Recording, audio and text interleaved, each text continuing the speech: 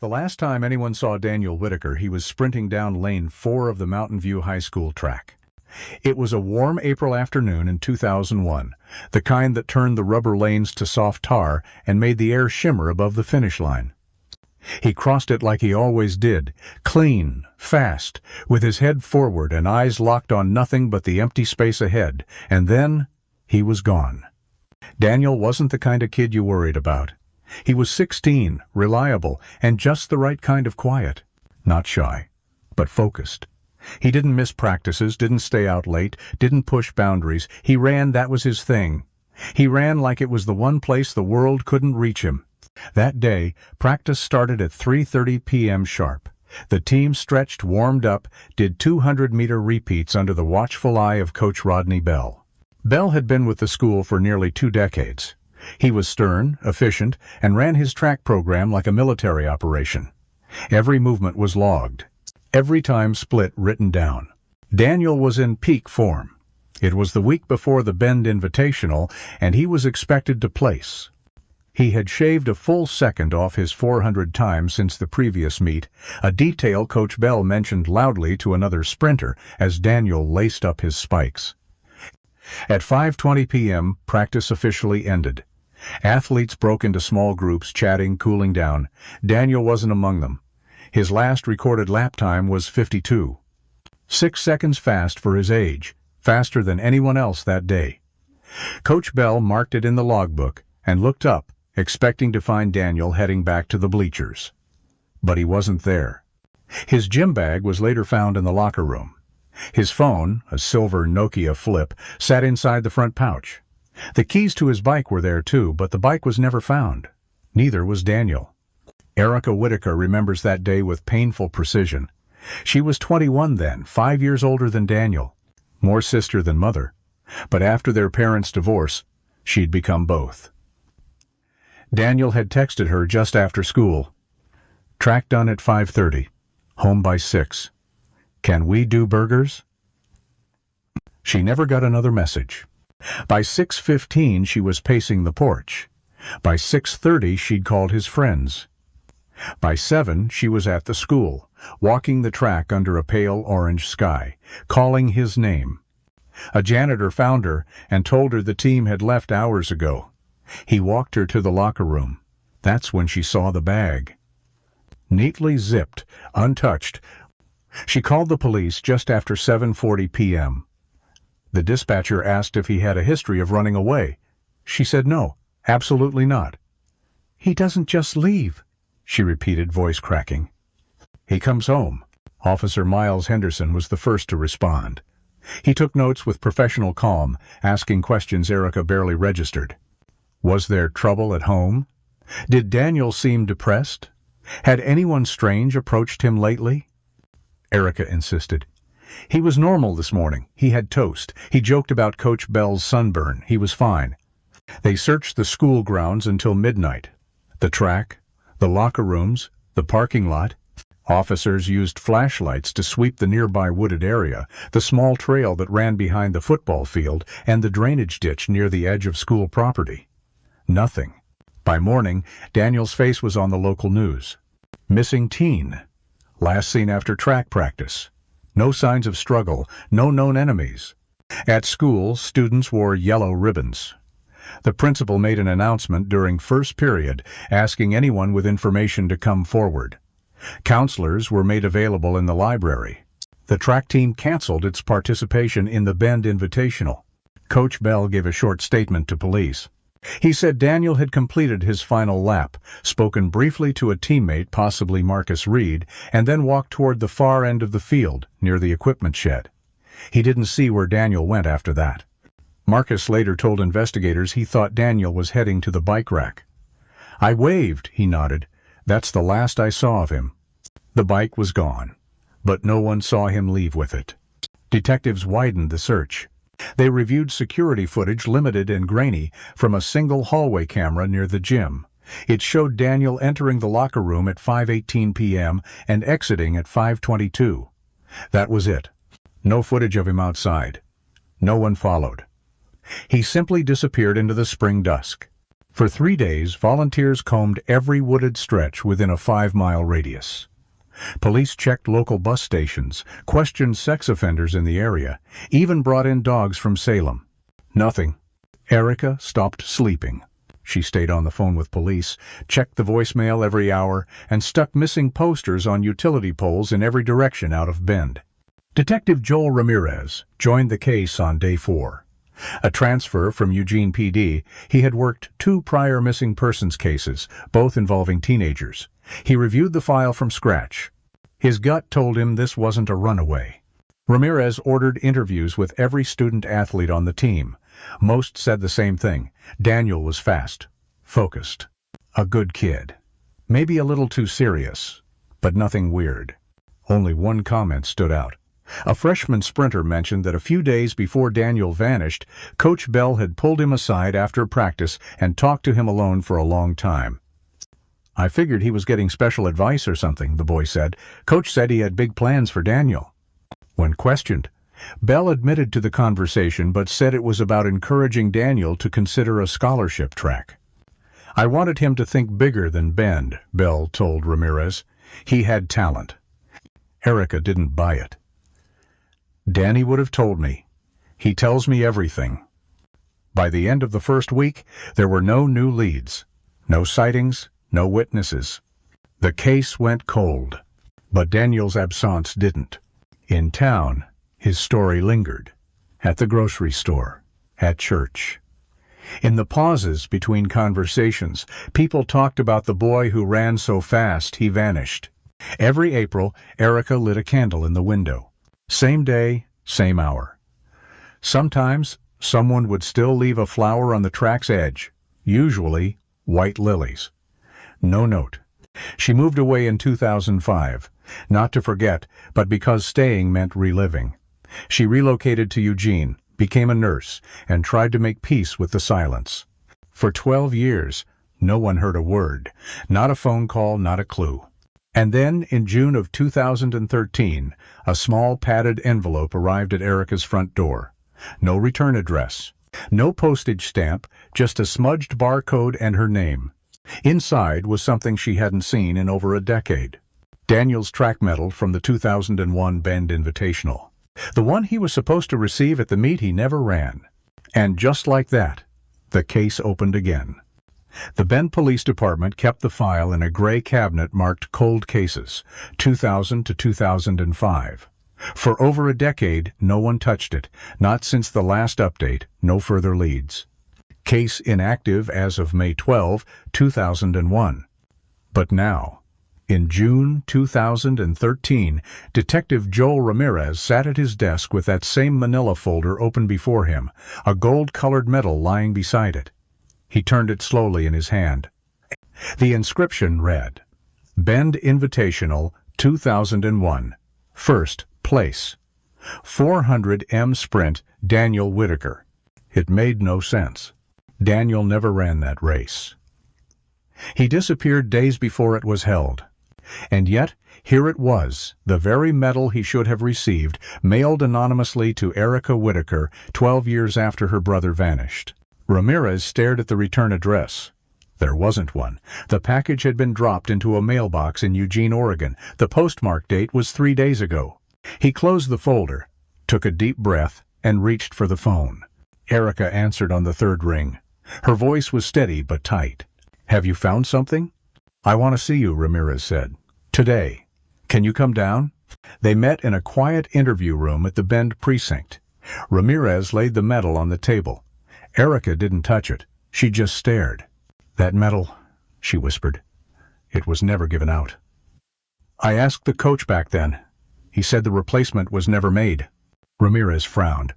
"Coach Bell told us he kept Daniel on the roster just in case. The medal was ordered, but he didn't show it to anyone. Not even the team. He said it never arrived." Ramirez nodded slowly. That discrepancy was small but worth noting. He made a scribble in his notebook. "I want to ask again about the days leading up to Daniel's disappearance," he said. Erica had been through this dozens of times. The story hadn't changed. Daniel had come home from school Monday, the 16th of April. He seemed fine. He joked about Coach Bell's red sunburn and asked if they could make burgers that night. She said yes. And then he didn't come home. Ramirez leaned forward. Did Daniel ever mention Eugene? Or anyone there? Number. He'd never even been. Do you know anyone who moved from Bend to Eugene around that time? Erica paused. A few people. One of the assistant coaches, I think, maybe a couple teammates. Could you get me names? She nodded slowly.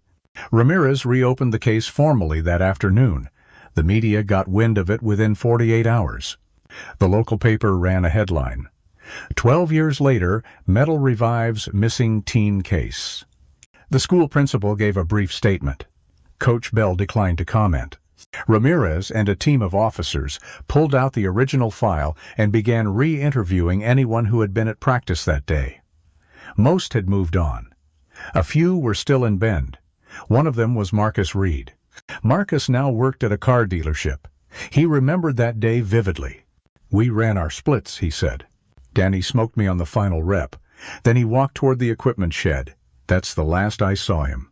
Did you see anyone else back there? Marcus hesitated. There was someone parked near the fence. Pickup truck. Silver, maybe. Didn't think much of it. Ramirez made a note. The old file had no mention of a silver truck. He pulled security footage again. The 2001 tapes were old analogs, grainy, but one camera captured a faint glint of metal past the bleachers at 5:23 p.m. The timestamp was clear. It showed Daniel exiting the locker room. Then, a minute later, a shimmer possible headlights at the far end of the field. It wasn't proof, but it was a crack. Ramirez reviewed Coach Bell's original interview. Something didn't sit right. Bell claimed to have seen Daniel leave on foot toward the main exit. But the footage contradicted that. Daniel never appeared on the main road camera. Why lie? Ramirez requested a new interview. Coach Bell arrived at the precinct 2 days later, dressed in a windbreaker with the school logo still on it. He looked older now, thinner, weathered. Detective, he said with a nod. They sat across from each other in a small room. Coach, I need you to go over that afternoon again. Bell took a deep breath. We finished drills. Danny killed his last lap. I walked to the shed to lock up cones. When I turned around, he was gone. Did you see him leave? Number I assumed he had. Did you notice a silver pickup truck parked near the fence? Bell blinked. A truck? Number. Doesn't ring a bell. Did Daniel ever tell you he felt uncomfortable with anyone on the team? Or with you? Bell's face hardened. Absolutely not. That boy was like a son to me. Ramirez watched him carefully. Do you recall anything about Eugene? Anyone you know who moved there? Not off the top of my head. The interview ended. Bell left visibly shaken. Back in his office, Ramirez looked at the metal again. Its surface gleamed faintly under the fluorescent light. It was too specific, too direct to be random. Someone wanted to say something. But what? Ramirez pulled the original team photo from 2001. 20 boys. Daniel stood near the center. His eyes weren't looking at the camera. They were looking off to the side, toward something or someone just out of frame. Ramirez enlarged the photo and stared. The echo of footsteps from 12 years ago had begun to stir again, and this time someone wanted to be heard. The envelope was small, padded, and without return address. No handwriting, no stamp. Only a printed label, Erica Whitaker. Her new address, her new city, her quiet life interrupted. The package had arrived late afternoon, dropped at her door like any other Amazon order, but Erica hadn't ordered anything, and when she picked it up, something shifted inside.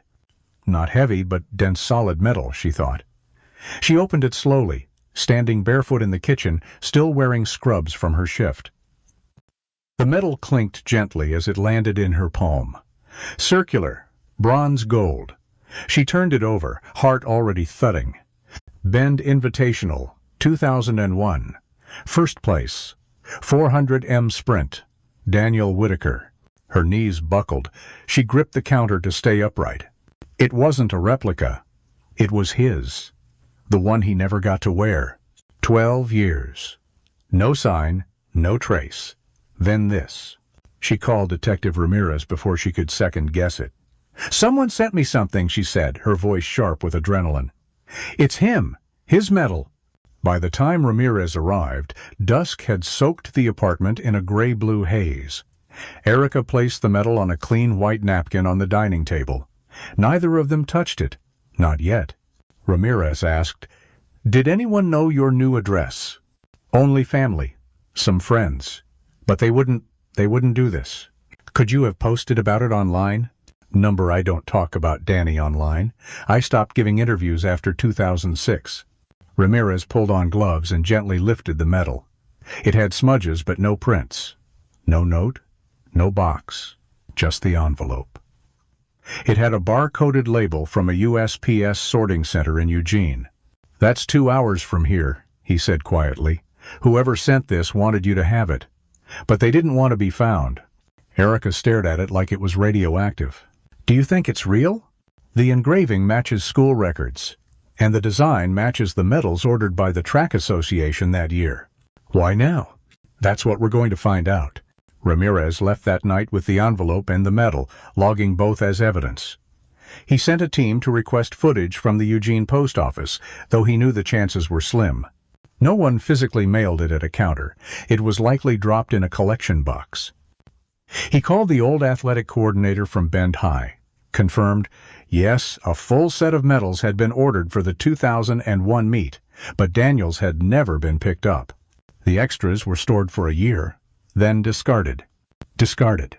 So where had this one come from? Meanwhile, Erica sat in silence. The image of the medal played over and over in her mind. She remembered the night after Daniel vanished, standing by the empty track, watching the sprinklers come on as if nothing had changed. She remembered looking at the stands, waiting for him to walk up, say something sarcastic, throw his hoodie over his shoulder and ask what's for dinner. 12 years. She had come to terms with his likely death. The grief never ended, but it changed shape, became a part of her. But this was a cut into the scar, a reopening. And deep down, she felt it wasn't over. Someone had pulled him back into her life for a reason. Ramirez returned 2 days later. Nothing from USPS. No cameras in the drop zone. But we pulled the shipping label.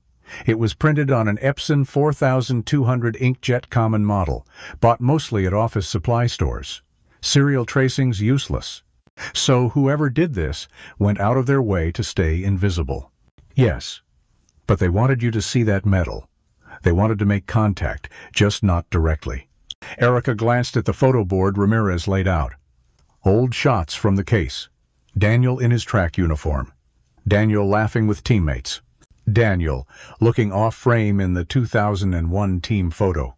One image stuck with her. It was a close-up from the original police file, the locker room cubby where Daniel's gym bag had been left. Neat, zipped, nothing missing. "He was going to change before biking home," she murmured. Ramirez looked up. "You think he never made it that far?" "Number, I think he changed. Left his phone and bag. Like he was meeting someone. Someone he didn't want watching him carry all his stuff. That implies planning. Or pressure. Someone told him to. Maybe dared him to. Maybe threatened." Ramirez's jaw tensed. "I'll pull his old call records again. Look for any unfamiliar numbers. We'll also re-interview the track team." Erica nodded. Her voice had steadied. "And the coaches. All of them. Don't leave anyone out." Ramirez watched her for a long moment. 12 years hadn't dulled her memory. If anything, it had sharpened it. She was done waiting. "Let's wake the town," she said, "and see who twitches." In 2001, Rodney Bell was a respected figure in Bend. He'd coached track for nearly 2 decades, molded dozens of high school athletes into state contenders. His teams were disciplined, consistent, and loyal. He was a hard man to impress, but Daniel Whitaker had done it. Now, 12 years later, Detective Ramirez was sitting across from the man again, and things felt different. Bell's posture was guarded. His voice lacked the old coach's fire. Something in him had dimmed. "I already gave you everything back then," Bell said. "I'm not sure what else I can offer." Ramirez folded his hands. The medal. Someone mailed it to Erica. Bell nodded slowly. "I saw that on the news." She says you told her the medal was never issued, that the replacement hadn't arrived. Belle glanced down. I don't remember saying that. But the medal was ordered.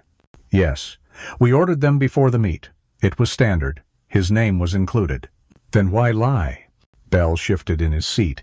I didn't think it mattered. He never ran. What's a medal without a race? Ramirez paused. Let the silence sit. Tell me again about the day he disappeared. Bell exhaled. He was fast. I remember that. Beat his own record, left the rest of them in the dust. Practice ended around 5:20. I told the boys to cool down, then I went to the shed to lock up equipment. I didn't see him leave. That's the part that bothers me, Coach. You said 12 years ago that you saw him leave on foot toward the parking lot. Bell's eyes narrowed. Did I? You did. It's in your statement. Well, maybe I thought I did. It was a long time ago.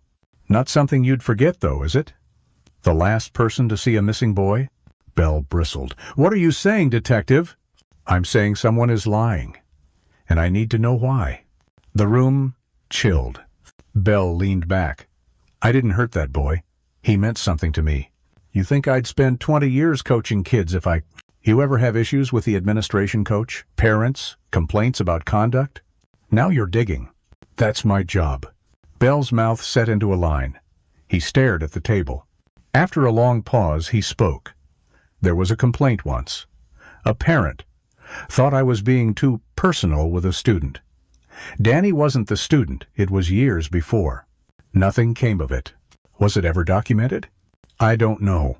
Ramirez tapped his notebook. Tell me about Landon Cray. Bell blinked. That troublemaker. He was long gone by 2001. Expelled junior year, picked fights, disrupted meets. Why bring him up? His name came up. Did he ever come around the school after he left? Not that I saw. Why? Because his truck was spotted near the field the day Daniel vanished. Bell went quiet. Ramirez continued. Silver pickup. Parked near the fence line. You said nothing about it. Bell's fingers tapped the edge of his chair. I might have seen something. A truck. Thought it was a parent. Didn't get a plate.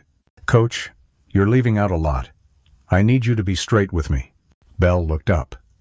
There was something tired in his eyes now. He came back once, he said. Landon. A week before Danny went missing, just showed up. Said he wanted to watch a practice. I told him to leave. I didn't tell anyone because I didn't want trouble. He made people nervous. Ramirez wrote it down, furious and focused. Later that day, Ramirez pulled the old team logbooks from Bell's storage. Most were routine, times, drills, weather. But something stood out. On the 18th of April, the final practice day, Daniel's sprint time had been crossed out and rewritten. Originally, 52.1. Rewritten, 52.6. Why change a detail like that? And why not log that he was missing? Ramirez flipped further. The final entry from Bell that day read only, W final sprint. Cool down, not recorded. Gear left in locker. No mention of alerting authorities. No urgency. Just a footnote. The last thing Bell had written about Daniel was clinical, cold, and detached. Back at the precinct, Ramirez added a name to the top of his suspect board. Rodney Bell. Coach.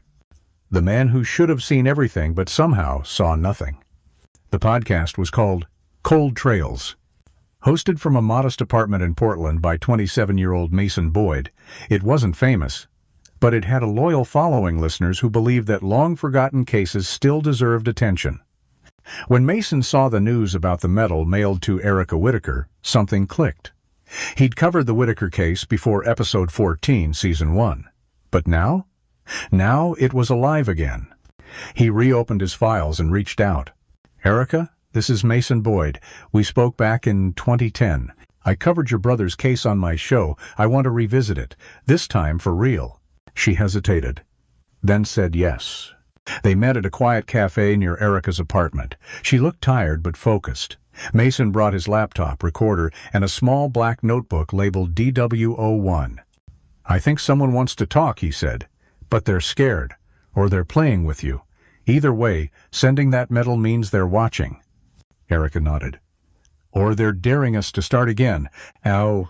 Mason pulled up old notes. I keep coming back to one detail. There was a silver truck parked near the field the day Danny disappeared. It wasn't in the original police report. Marcus Reed mentioned it during our interview in 2008. Just a throwaway comment. But now, Erica's eyes narrowed. Silver pickup. Mason tapped his laptop.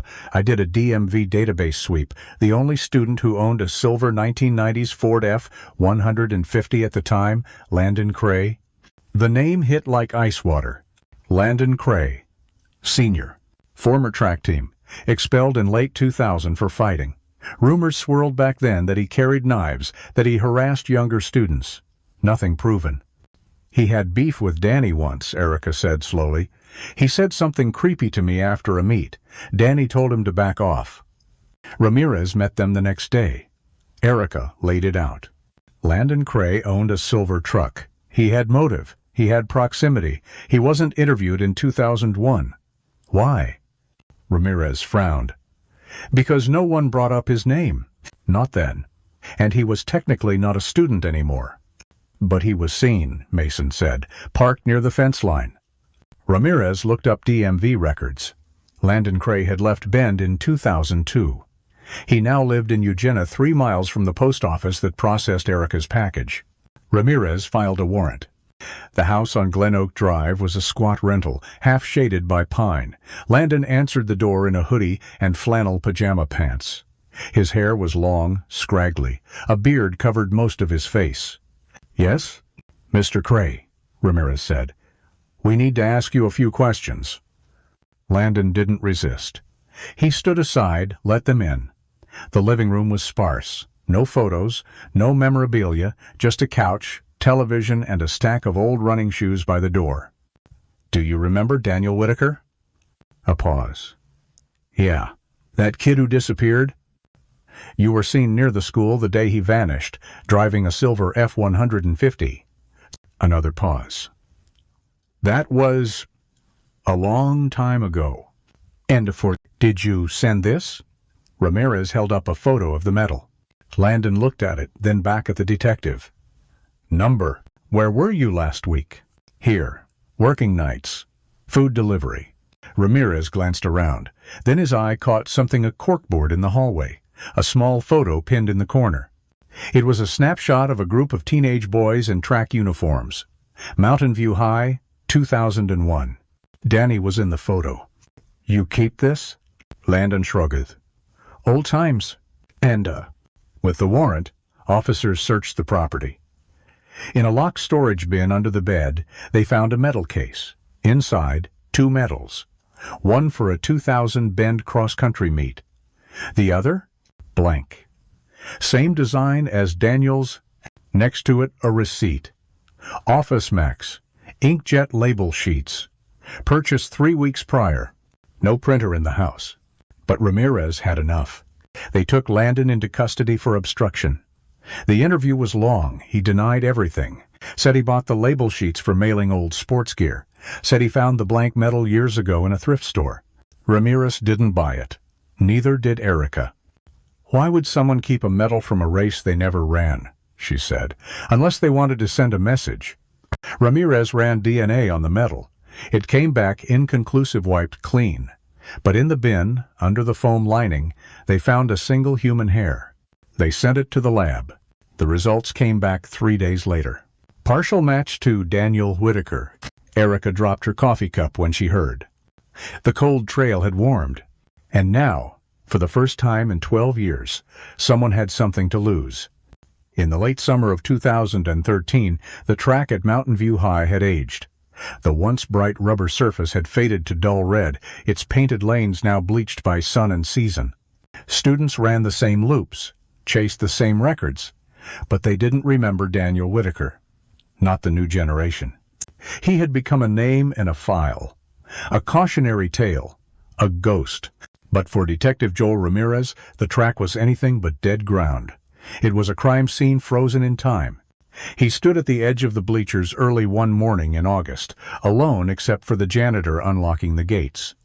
The medal, the hair, the photo, all of it pointed him back here, to this field, to this stretch of land where Daniel had last been seen, and more precisely to what lay beneath it. The bleachers were old, installed in the mid-1980s, steel frame, with a narrow crawl space running underneath. That space had never been fully searched. Back in 2001, the assumption was simple. Daniel had left campus.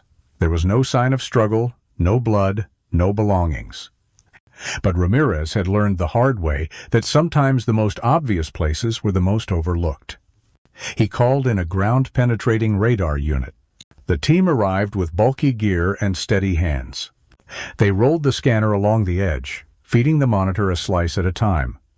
The radar sent pulses beneath the earth, measuring changes in density, looking for voids, irregular shapes, anything unnatural. Halfway through the second pass, the technician paused.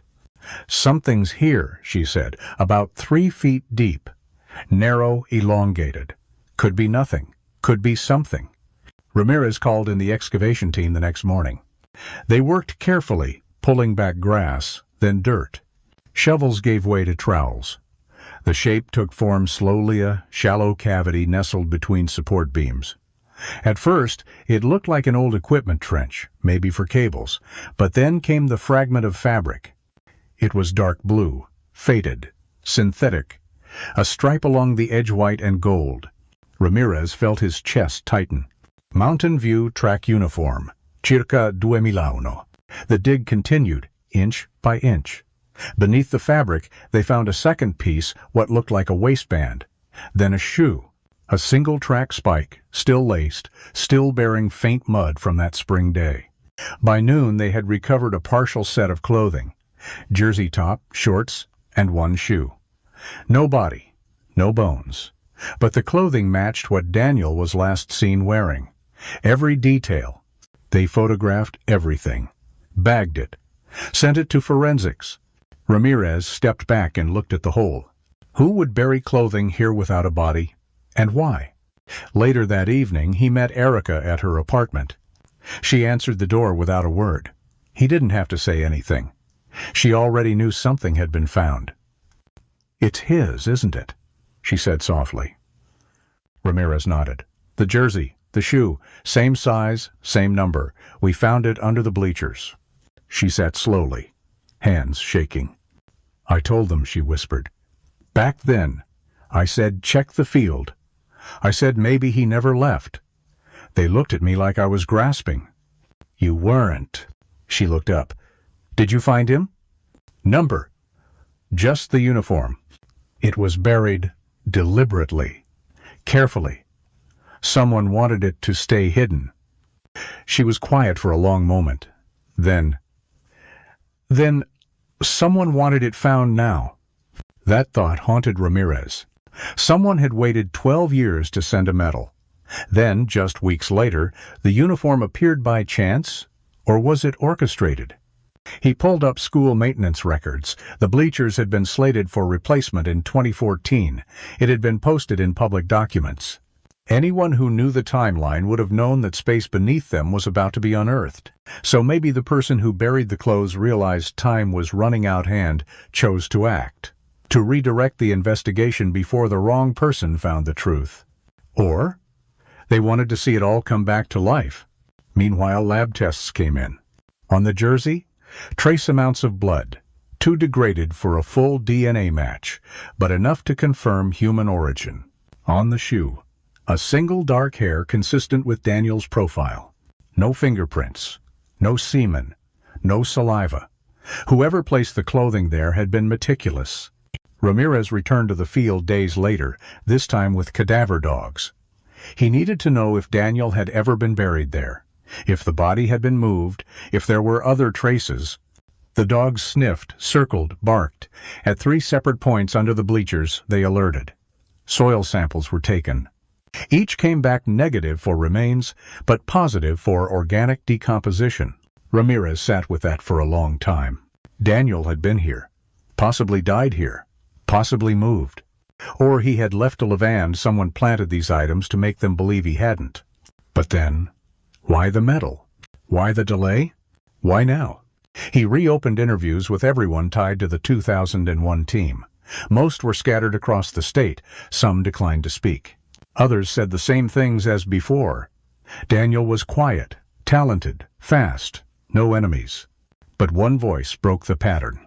Shannon Baird, former team manager.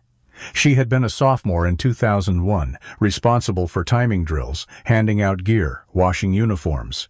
She'd moved to Boise, working as a middle school teacher. Ramirez tracked her down.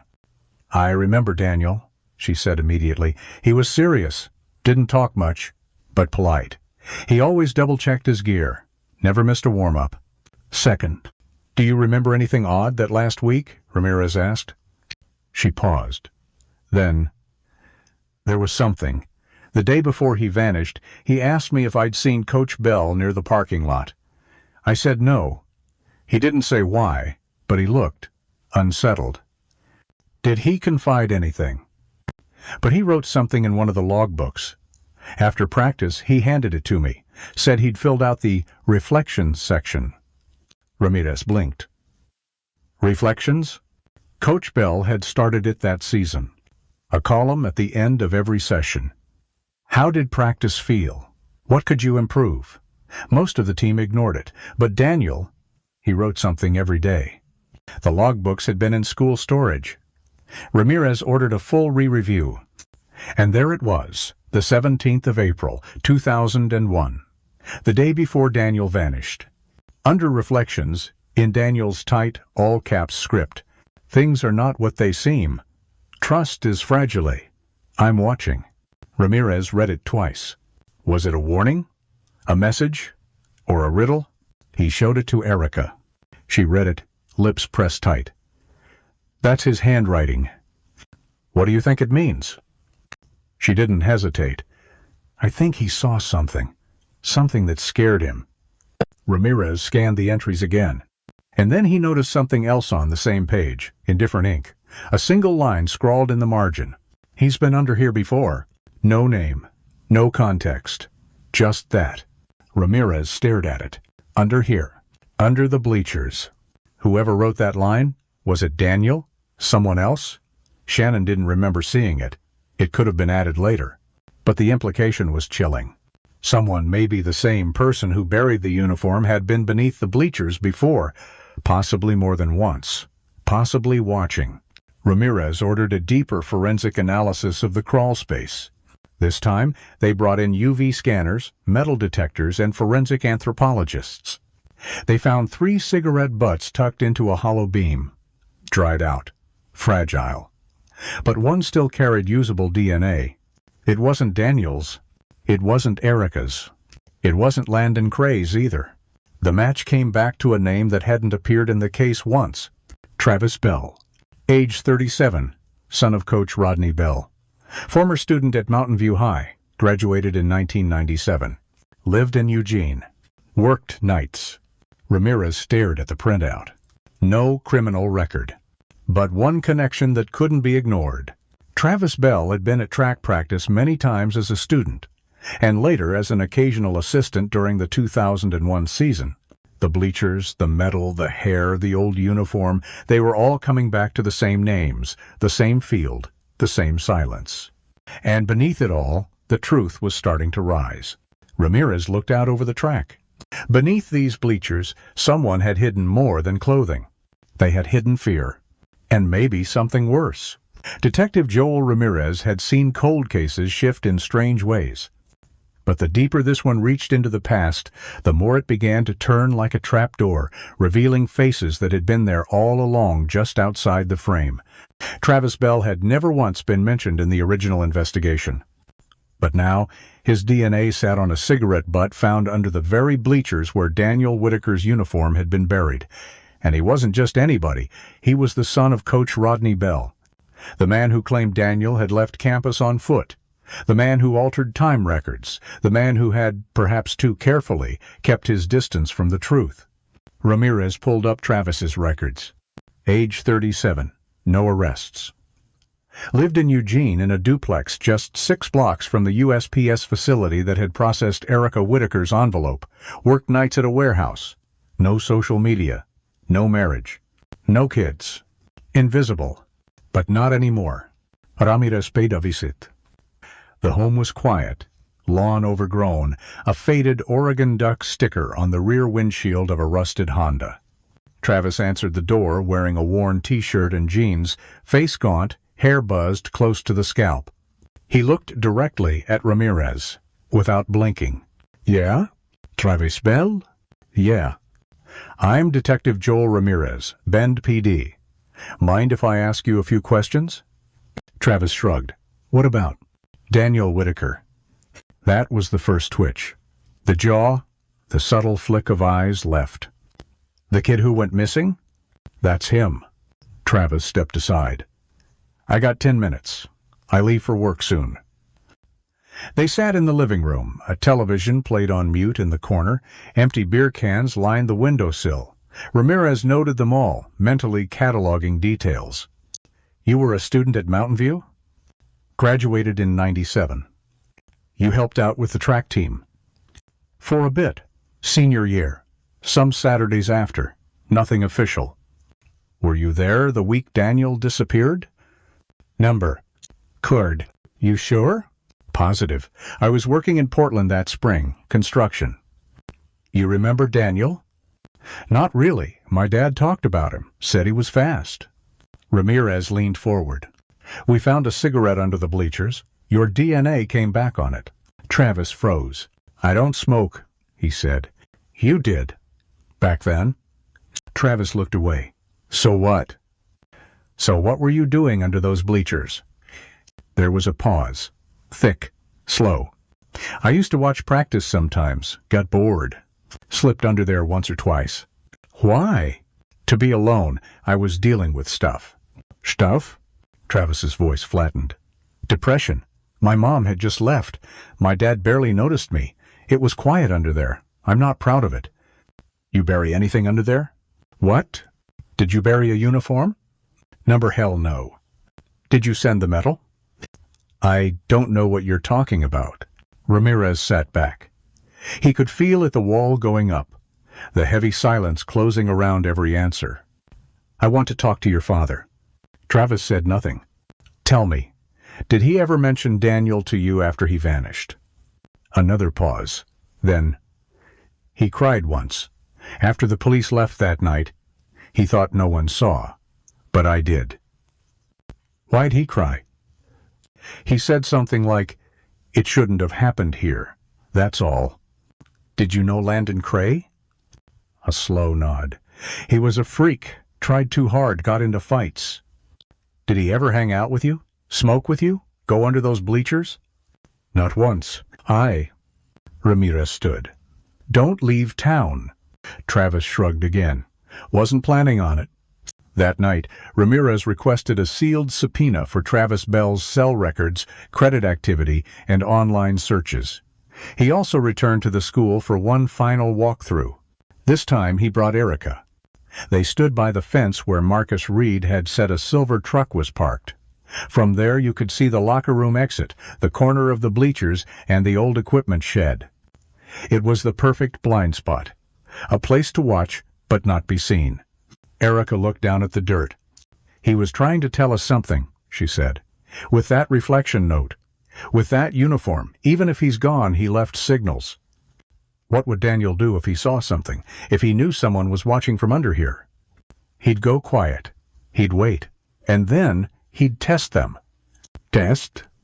He always did that. He never confronted anyone head-on. He'd lay a trap, say something offhand, see if they reacted. Ramirez froze. Because something clicked. Back in Daniel's reflections, he had written, Trust is fragile. I'm watching. What if that wasn't a warning? What if it was bait? That night, Ramirez dug back into the track team's locker assignments from 2001. Daniel's cubby was number 16. Travis had no official locker, but back then he occasionally borrowed gear. From whom? Entry 15. Assigned to Kevin Doran. But Kevin had reported someone borrowing his locker combo that Spring never investigated. And what was stored in locker 15?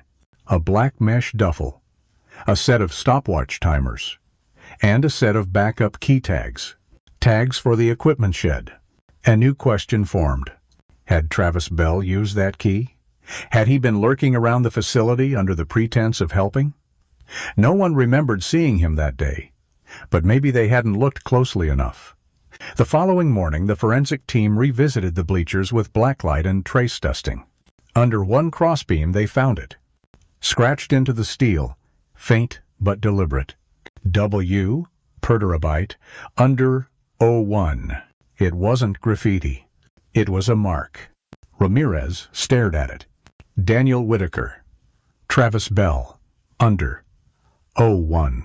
He called Travis back in. They sat across the table again. Same room. This time, no pretense. "I know you were there," Ramirez said. "I know Daniel saw you. I think he left that message as insurance." Travis didn't speak. "I think your father found out. I think he helped you cover it up." Still, no reply. "We're going to keep digging. And when we find what's left of him, and we'll match everything. DNA, trace, timeline." Travis looked up. His eyes were wide, hollow. Something had crumbled. And then, finally, he spoke. "I didn't mean for it to happen." Ramirez didn't interrupt. "I was under there. I saw him leave practice. He didn't see me at first. Then he did, and he came over. Asked what the hell I was doing." "What happened then?" "He told me to stop watching people. Said he was going to tell Coach. Said it wasn't right. I panicked." "You followed him?" I pushed him. I just wanted him to stop." "Then what?" He hit his head on the bleacher post. It was fast. Too fast. He didn't move. Ramirez's stomach turned. "What did you do?" "I dragged him under. I didn't know what else to do. I buried the uniform, took the medal, hid." "Why the medal?" "I don't know. I kept it. I thought maybe I don't know. It was stupid." "Why send it 12 years later?" Travis looked up again. This time his voice cracked. "Because I heard they were tearing down the bleachers, and I couldn't let them find it. I thought if I sent the medal, you'd look somewhere else." Ramirez stood slowly. "You just pointed us right to it." That afternoon, search dogs returned to the far end of the school property an unused irrigation trench filled in during the summer of 2001. Under 2 feet of compacted soil, they found human remains. Partial skeleton. Male. Estimated age 16. Dental records would confirm it days later. Daniel Whitaker had finally come home. Erica received the news in silence, then tears, then silence again. Travis Bell was arrested and charged with manslaughter and concealment of a body. His father, Coach Rodney Bell, was charged with obstruction of justice and evidence tampering. The school removed the bleachers within weeks. And under a new patch of grass, they planted a small plaque. It read, "In memory of Daniel Whitaker, you ran ahead, but you are not forgotten." 12 years. That's how long the Whitaker family waited for a knock on the door, for a call, for something, anything.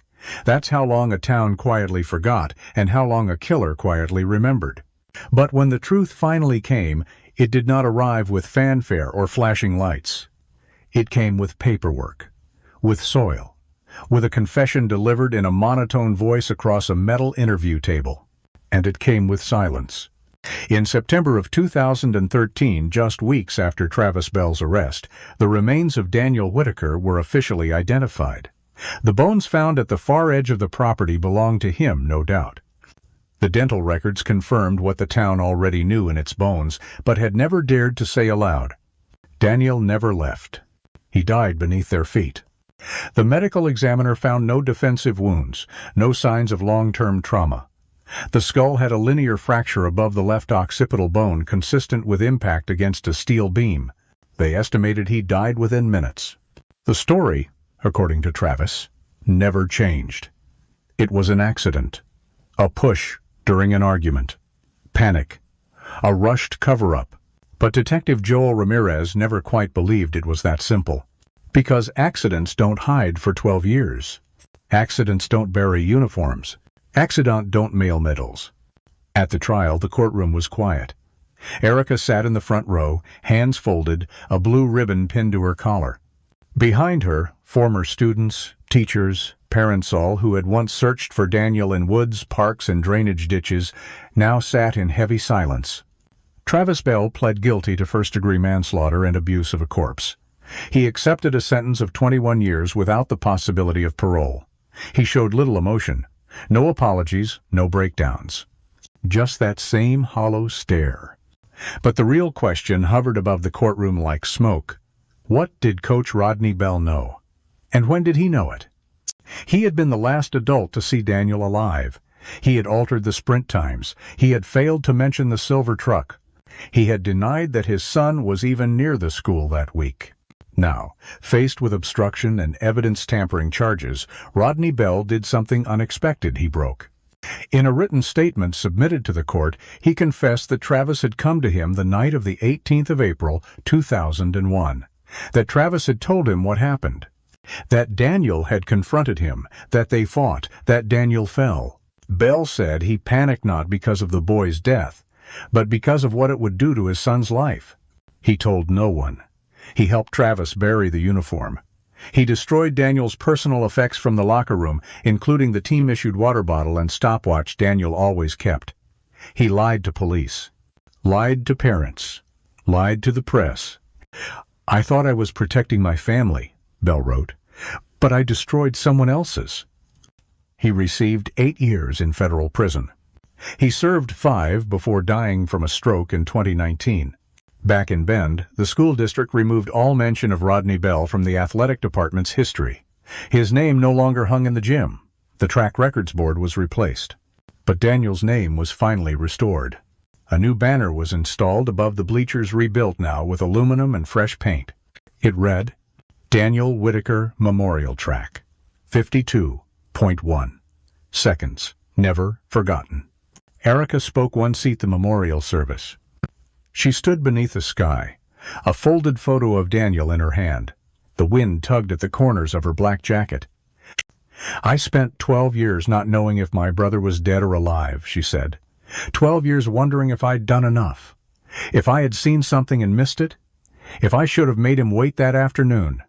If I should have driven him home myself. I've lived in the echo of that day for more than a decade, but now I know he never left. And I think in some way he never gave up trying to tell us. Her voice caught, but she continued. "I don't know why Travis did what he did. I don't know what my brother saw in him or what he didn't. But I know this, the truth has weight, and it always rises." A moment later, a quiet sound swept the crowd. Shoes. Runners. A group of students, current members of the Mountain View High Track, team ran a memorial lap in silence. No cheering.